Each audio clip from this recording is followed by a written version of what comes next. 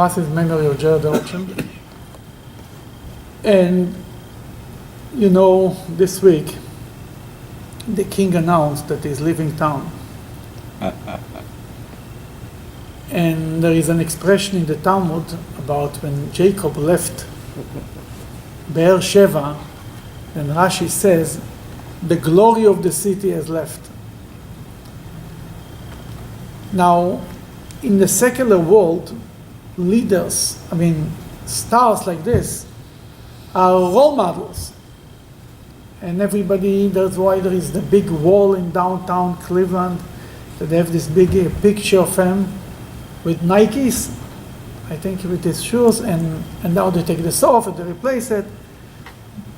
But they are role models, and sometimes the role models are not necessarily living up to the morality that people are expecting to them to live up to.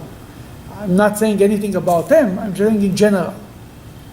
The famous story about Aristo, that he was caught in not such an Aristo behavior. He was caught in a compromising situation. Who is this then? Aristo. Aristotle, okay. Aristotle. And they asked him, no. That he said, no, I'm not Aristotle. In Judaism, it's different. During the summer month, we study Pirkei Avot every Shabbos. Pirkei Avot is the ethics of our fathers. It's from the Talmud, but usually the Talmud speaks about more monetary laws, what kosher and not kosher. This is not laws, this is morality, ethics, and morals. What is ethical and what's moral to do. And it's called the ethics of our fathers. And one of the reasons it's called fathers, because this is the lessons for us and from this everything comes out. And we have the custom, there is 6 chapters. From Pesach until Rosh Hashanah, every Shabbat we study one chapter. And from Pesach until Shavuos we finish one cycle. Then during the summer it's another 3 cycles until Rosh Hashanah. Now, what's the ethics of our fathers? It goes like this.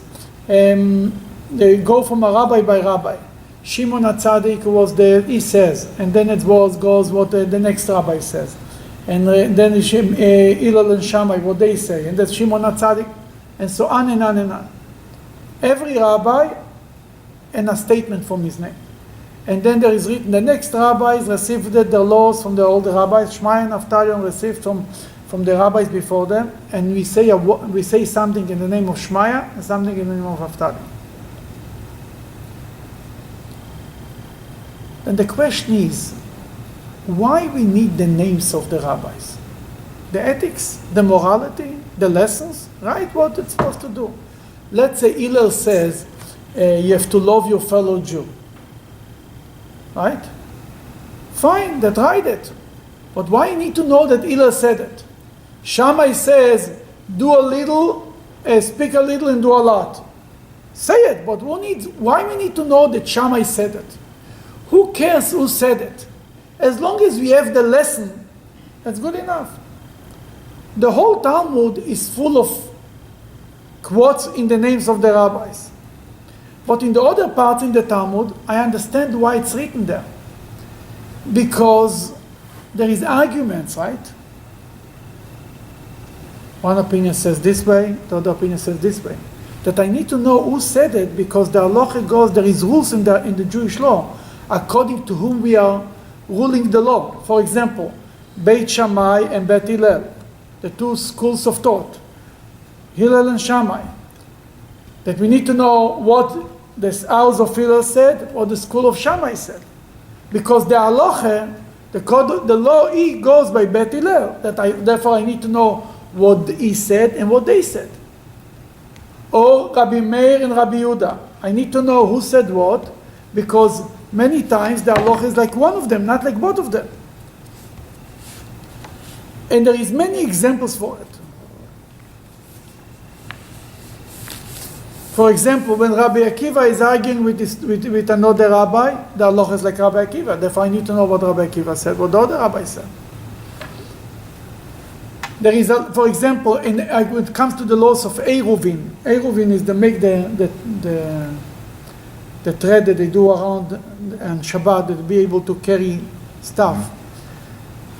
That's written in every place that Rabbi Yehuda says the in Eruv, the halacha goes like him. Then we understand why we need to know the names of the rabbis. The question is about Pirkei Avot. In Ethics of Our Fathers, there is no arguments. There is no disagreements. Hillel and Shammai do not disagree. Just Hillel speaks about one point, Shammai speaks about another point. Then if they don't disagree, what's the point to mention the names? Just say, what's the topic sound? Do this, don't do this, be nice, be kind, and so on and on and on. Who cares who said it? That's the question. And for sure the rabbis didn't look for their own fame to say it. It's right in the Ethics of Fathers.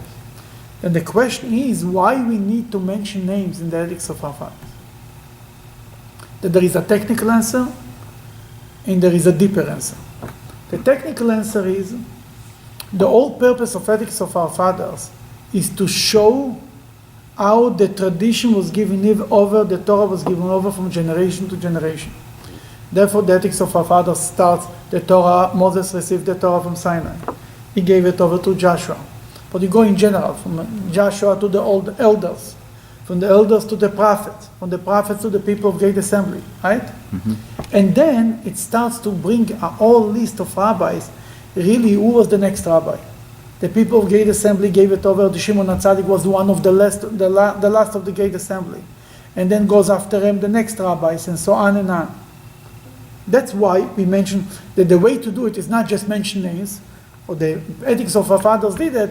What is the best way remembering it? Think about it, that the Mishnah, the Ethics of Our Fathers, was written in a time that nothing was written. It was taught by art. Then are you going to remember Shimon HaTzadik's name? And you remember what Shimon HaTzadik said, you remember his name.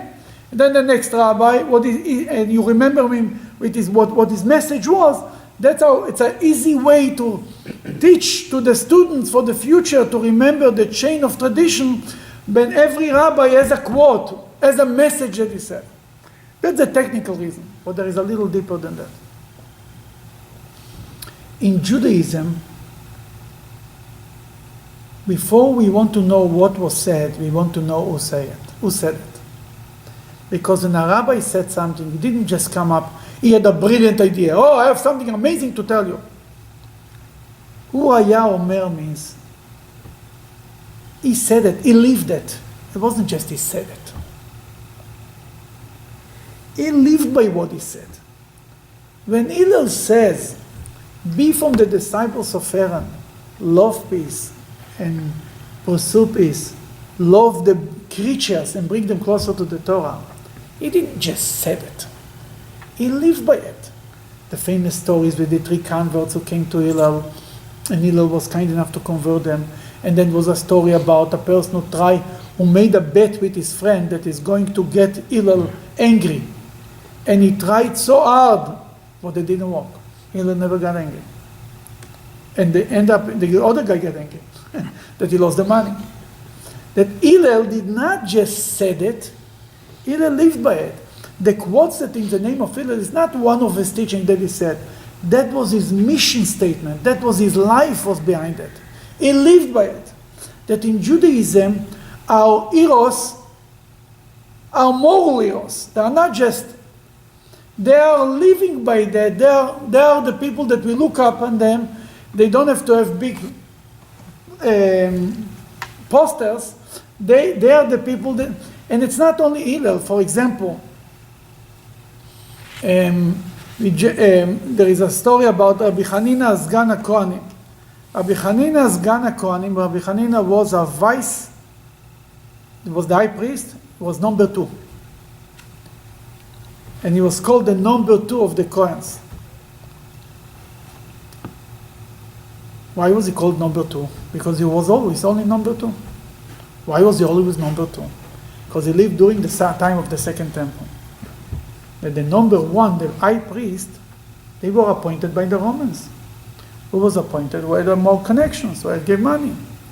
but they needed somebody who knows the laws, or knows how to do Yom Kippur in the temple. That Rabbi Hanina was the guy who used to run the show. The high priest was like the appointee from the elected appointee.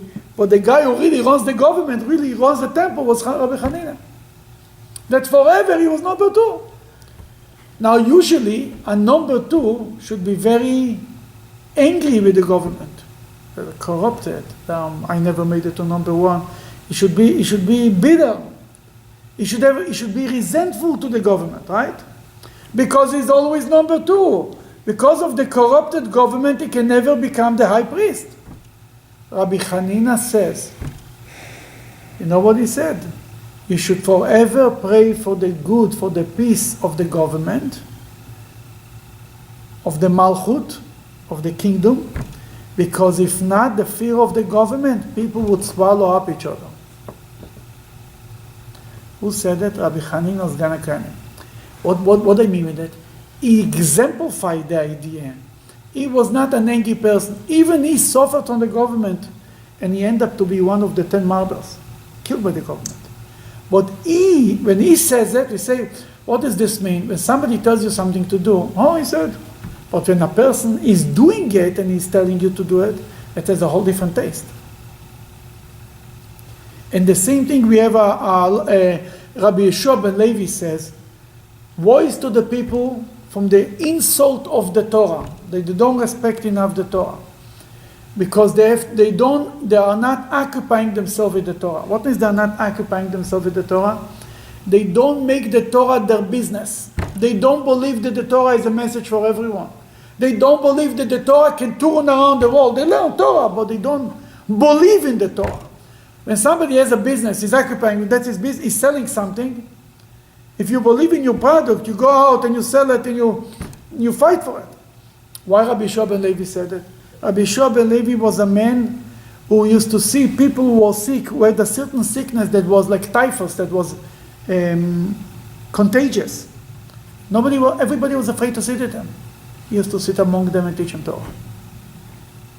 A person like this, he says, oh guys, you better be careful that you don't care to teach Torah to everyone. He's saying it, if you listen to him.